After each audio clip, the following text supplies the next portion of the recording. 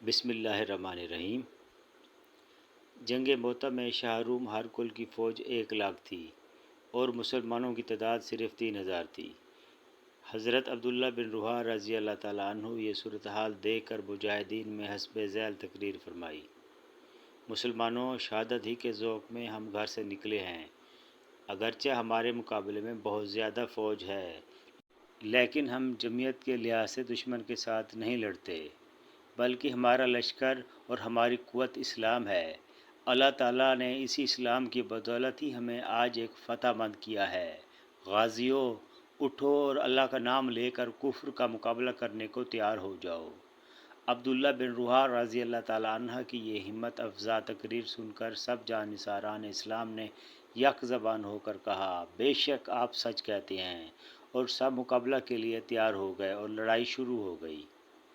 حضرت زید بن حارث کے ہاتھ میں حضور صلی اللہ علیہ وآلہ وسلم کا جھنڈا تھا۔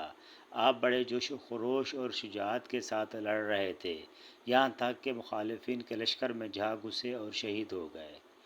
آپ کے شہید ہوتے ہی جھنڈا حضرت جعفر بن ابی طالب رضی اللہ تعالیٰ عنہ نے تھام لیا اور رجز خوانی کرتے ہوئے دشمنوں کی صفوں کو صفایا کرنے لگے۔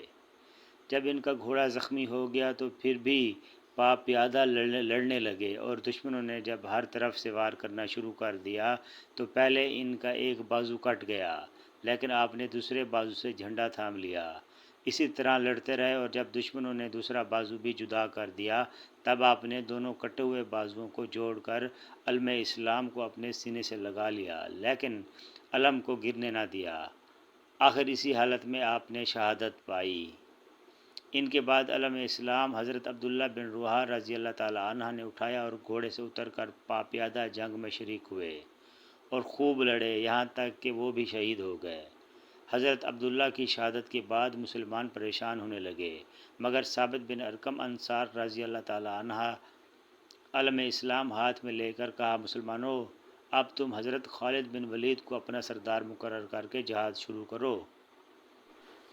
چنانچہ سب نے اس بات پر اتفاق کیا اور حضرت خالد بن ولید رضی اللہ تعالیٰ عنہ آگے بڑھے اور مسلمانوں کو للکار کر بڑے جوش و خروش کے ساتھ دشمنوں پر حملہ کر دیا۔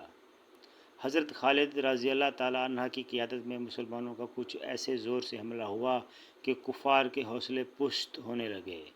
حضرت خالد بن ولید رضی اللہ تعالیٰ عنہ سب سے پیش تھے، اور جس کافر پر بھی آپ کی تلوار کا وار پڑتا وہ ایک ہی وار میں ٹھنڈا ہو جاتا، اور یہاں تک آپ لڑے کہ آپ کی 9 تلواریں لڑتے لڑتے ٹوٹ گئیں۔